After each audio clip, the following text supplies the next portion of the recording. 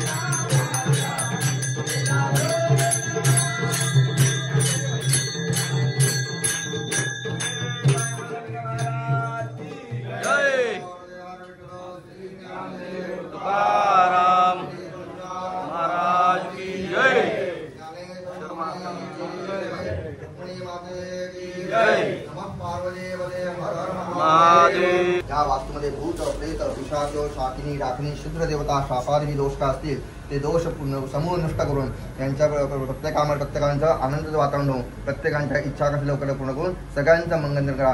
अशीच ही वर्षानुवर्ष त्यांच्याकडे सेवा करून घ्या. अशी तुमच्या चरणी प्रार्थना मान्य करून घ्या. पुंडलिकावर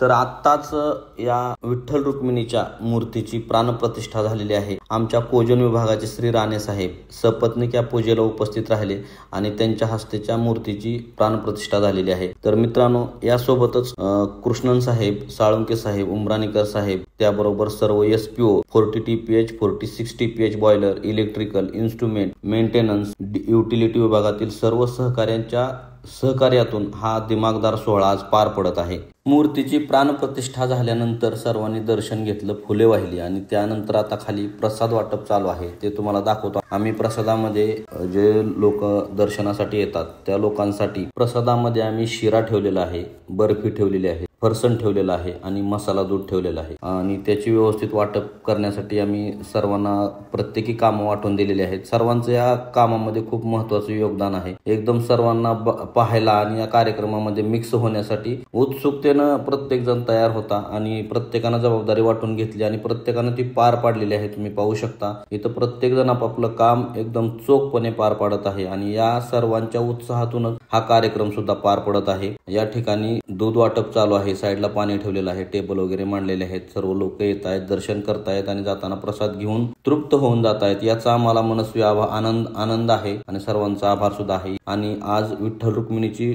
प्राणप्रतिष्ठा झाल्यानंतर याच मंडपमध्ये आपल्याला कीर्तनाचा सुद्धा आनंद घेता येणार आहे, कीर्तन सुद्धा ऐकायला भेटणार आहे. तर आपण आलात, सर्वांचं मनस्वी धन्यवाद. कोजन परिवाराच्या वतीनं, कोजन विभागाच्या वतीनं इथं आलेल्या सर्वांचं मनस्वी आभार. या कार्यक्रमासाठी ज्यांनी आपलं मन मोठं केलं, ज्यांनी या कार्यक्रमात सहभागी होऊन योगदान दिलं, त्या सर्वांचं सुद्धा मनस्वी आभार.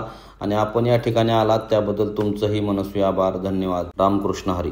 तर मित्रांनो, हा सोहळा तुम्हाला आवडलाच असेल. तत्पूर्वी जाण्यापूर्वी आणि हा व्हिडिओ संपण्यापूर्वी आपल्या चॅनलला लाईक करा, शेअर करा, सबस्क्राईब करा आणि तुम्हाला या आमच्या सोहळ्यामधील कोणती गोष्ट आवडली ते सुद्धा कमेंट करून नक्की सांगा.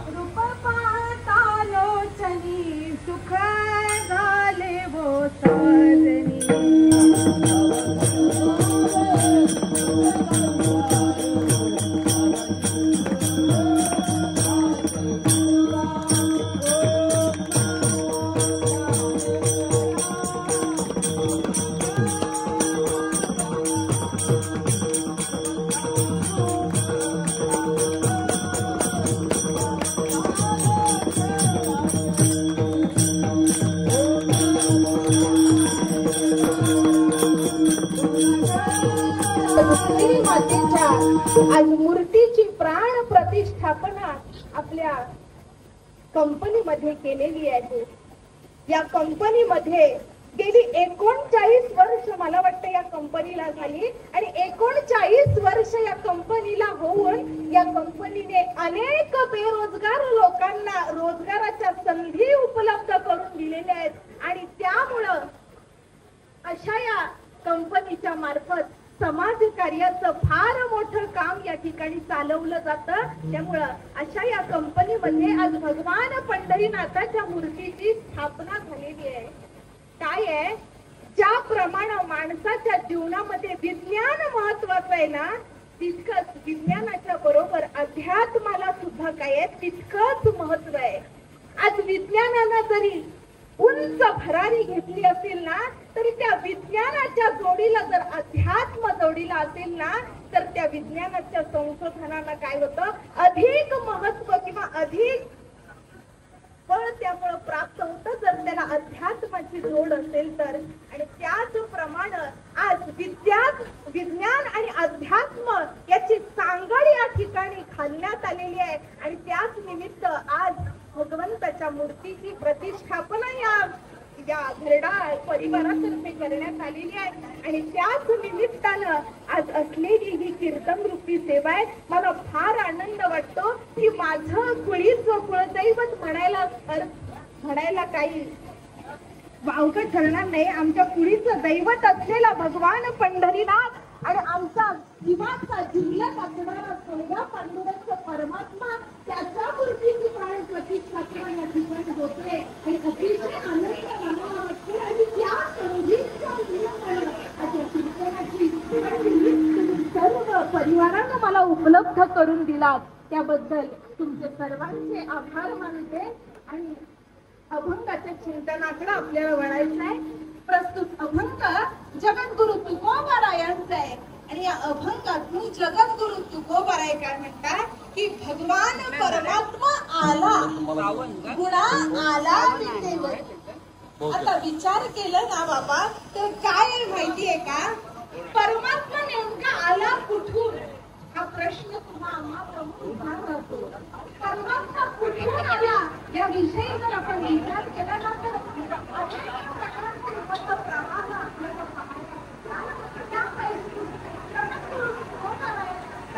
हा परमात्मा कुठून आला हा परमात्मा क्षीरसागरातून आला.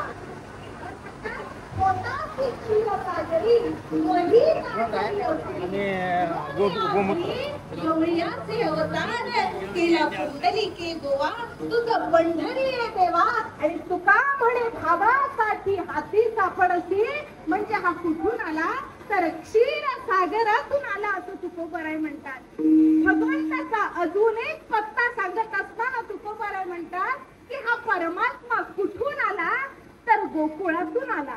पुंडलिकाच्या भावार्था गोकुळीहून झाला येता निज प्रेम भक्ती भक्ता घ्या इसे म्हणत असे म्हणजे हा कुठून आला तर हा गोकुळातून आला. अजून भगवंताचा तिसरा पत्ता सांगत असताना महाराज म्हणतात की हा कुठून आला तर हा द्वारकेहून आला.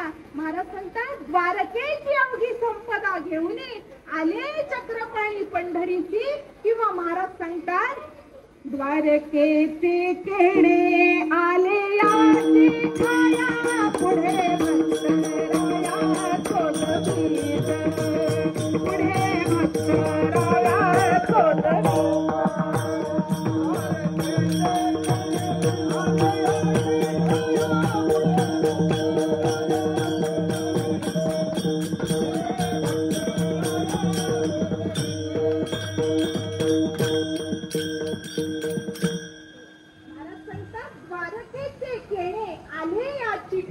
आणि पुढे भक्तराया सोजवीत म्हणजे हा कुठून आला तर द्वारकेतून आला.